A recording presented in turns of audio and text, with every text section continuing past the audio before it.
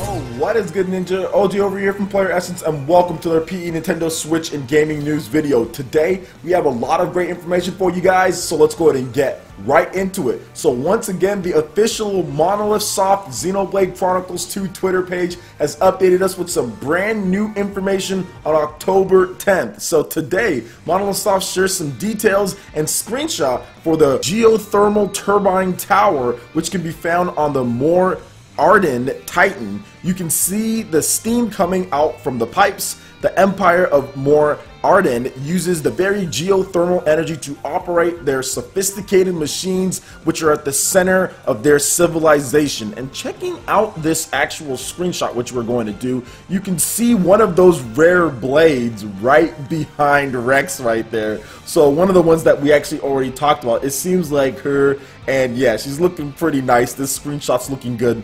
I like the detail within like the steam and the rocks and just the setting and look of it. Just looks really awesome. And I think the biggest thing with this game over what you saw with Xenoblade Chronicles X is that the environments are going to be completely different around civilizations, around people, around other types of things. It's going to feel like their own economy. Like they said, each different Titan has their own atmosphere, has their own people, has their own economy as far as how they make money. Some people are really into like cutting wood and trading that. Others are really industrialized and militarized. So that's the thing that I like the most about Xenoblade Chronicles 2. And they're doing a very good job of showing the differences that you'll see. Even compared to like the first game. The first game, Xenoblade Chronicles, was like, yeah, there were different places, but it didn't seem like there was much of an economy as far as what those people did. Now, you did hear about their jobs and things like that, but it just seemed like they were there just to be there. This time it actually seems like a living, breathing world based on what they're saying and based on each Titan that you go through, instead of just, okay, this village is here just because this village is here and they've always been here. So I love that about this game. They're trying to set it up for a world stage, something that's more than just what's right there. So I love that about this game. And yes, this screenshot looks absolutely phenomenal with all the stuff that's going on. And we've seen a little bit more of this different area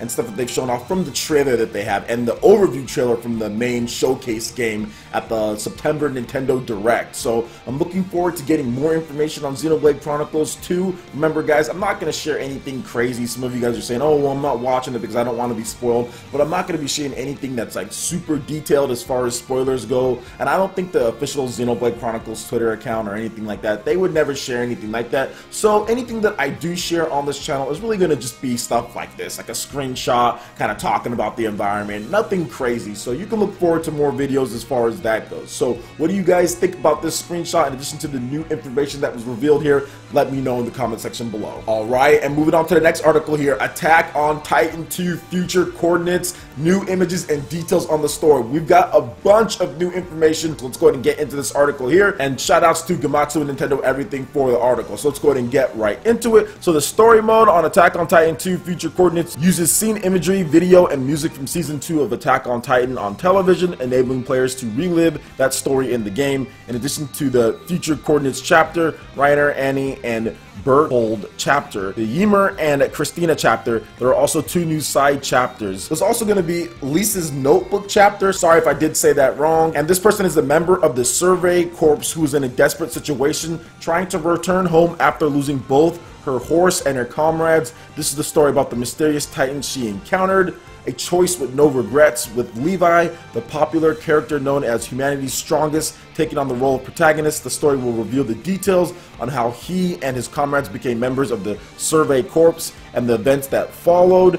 Plus, in order to play these side stories, save data from the previous game Attack on Titan Humanity in Chains is required. So that's something that you guys should definitely know about. I have that saved data, so I'm definitely going to be playing that. Now, the recap of the first game is also included in this game. So a digest scenario that recaps the story of Attack on Titan Humanity in Chains is also included. Furthermore, there is a Reiner and Annie chapter that is newly included and depicts the story of the previous game from the point of view of those with the ability to transform into Titans. It's something that can be enjoyed by those who have already played the previous game, as well as those who haven't. Worldwide mode as well is included, and in world mode you can create your own original character, lead an army, and take on various missions. This section will highlight 3 among the numerous new elements of this mode. Hire characters from original work. So by meeting certain requirements, characters from Attack on Titan original work will become available for hire as elite soldiers.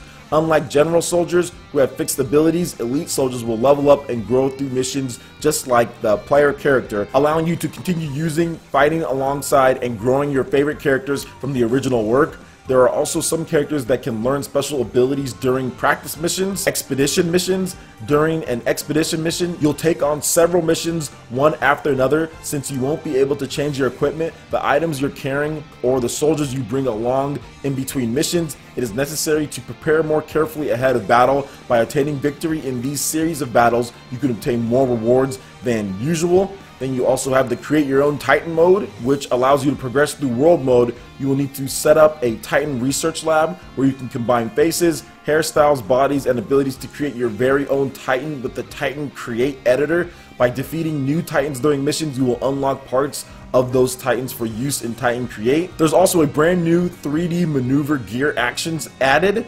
New attack actions such as ground run that uses the 3D maneuver gear, a reverse horizontal slash, and a high speed slash from a dash have been added. The battle user interface has also been improved, and adjustments have been made to make the game more comfortable to play, such as making the critical timing easier to aim for. So Attack on Titan 2 Future Coordinates is due out for the Nintendo 3DS on November 30th in Japan. So here's the thing about this game, guys. This is just a 3DS title. It is not coming to any other system out there, and it's a very different title than Attack on Titan for the Nintendo Switch, PS4, and Xbox One PC, that game that's coming over here. And this game is out November 30th in Japan. I'm not sure if it's going to come over to North America or anything like that, although I think the last one did come over, so this one probably should come over as well. I'm not 100% sure. You guys can let me know in the comment section below. So what do you guys think about this brand new Attack on Titan game? Does this seem like something you'd like to play on your Nintendo 3DS? Let me know in the comment section below. Alright, and moving on to the last article here. Dr. Serkin Toto, over there on Twitter, who is a believer in Japan, CEO of Tokyo-based industry consultancy Katan Games, has talked a little bit about what's going on with the market cap of Nintendo and Sony. So he said on Twitter, here's what he had to say. Current market cap capitalization of Sony,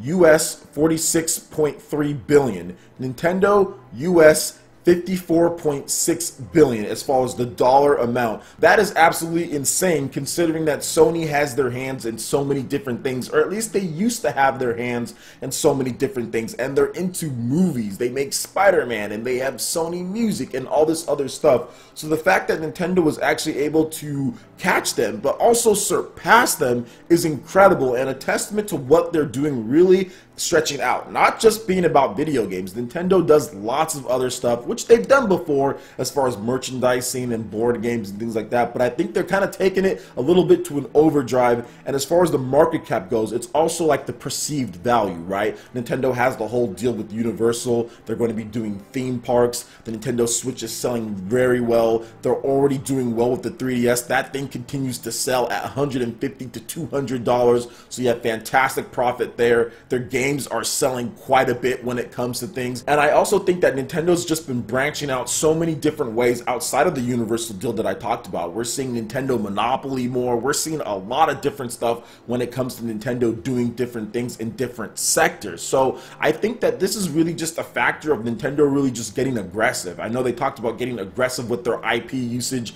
when it comes to Nintendo Switch, and they're definitely doing so, but I think getting aggressive when it comes to their other business ventures as well. Plus, you also have to look at the smartphone market. You cannot deny that stuff like Fire Emblem Heroes and Pokemon Go and Super Mario Run has increased the brand awareness, has increased their value. Just by having those smartphone games out there increases their value in terms of to investors and as far as money being made with the company. But the bread and butter is always going to be Nintendo's like Switch. The Switch, their console business, their handheld business, and their IPs. That's where they're going to be making a lot of their money, and that's exactly what they're doing. 2018 is looking good as well because they have big hitters lined up, at least for a reveal, right? We're going to probably see Pokemon next year at some point. They've got Fire Emblem, they've got Metroid Prime that they're probably going to be showing off next year, Yoshi, Kirby, No More Heroes. There's quite a number of games that's coming out to the system. Project Octopath, Dragon Quest, Attack on Titan. There are some big games lined up, and the portability aspect is something that some people like to gloss over, but we definitely won't be doing so here. Just looking at the sales of the systems as far as Nintendo's history, portable systems have always sold well pretty much in every single generation, beating out the home consoles. Even in Nintendo's best home console years, the Wii, the Nintendo DS still beat it out. So portable systems have always been big, and I definitely think that that's going to help drive the Nintendo Switch going into 2018 and even beyond that. Definitely not dying anytime soon as far as that goes. So what do you guys think about this market cap situation with Nintendo? It's not like a massive deal because these things always fluctuate back and forth. Like, it's something that happened, I think, last generation. This might have happened as well as far as with Nintendo, but I do feel that it is worth at least talking about it just in order to see how aggressive Nintendo's gotten when it comes to things outside of their normal bread and butter, which is the console market, smartphones, Universal theme parks, merchandising, all sorts of stuff Nintendo kind of has their hands into. So what do you guys think about this? Let me know in the comment section below. Alright, Ninja, that wraps it up for this video here. Go ahead and check out the links in the description below. We've got Facebook, we've got Twitter. Go ahead and give us a like and a follow on our social media. Really helps us spread the content of PlayerEssence across the interwebs in addition to YouTube. Also, make sure you check out our Patreon page, pledge any tier, be entered in to win some awesome prizes. Plus, we have Discord voice chat and prized eShop tournaments. Also, make sure you check out our brand new YouTube live gaming page. We pretty much do live streams every single night. You can watch past broadcasts and consider sponsoring PlayerEssence. It works just like Twitch to where you can earn emotes for the chat. Plus, it also gets you on my friends list for tournaments. So check out the link in the description below and consider sponsoring PlayerEssence. Also, make sure you hit that like button if you did like this video. Lets me know you guys want more content like this going forward in the future. And subscribe to PlayerEssence for the latest RPG, Japanese, and Nintendo gaming news. Thank you so much for watching, and we'll catch you, Ninja, for the next video. Peace.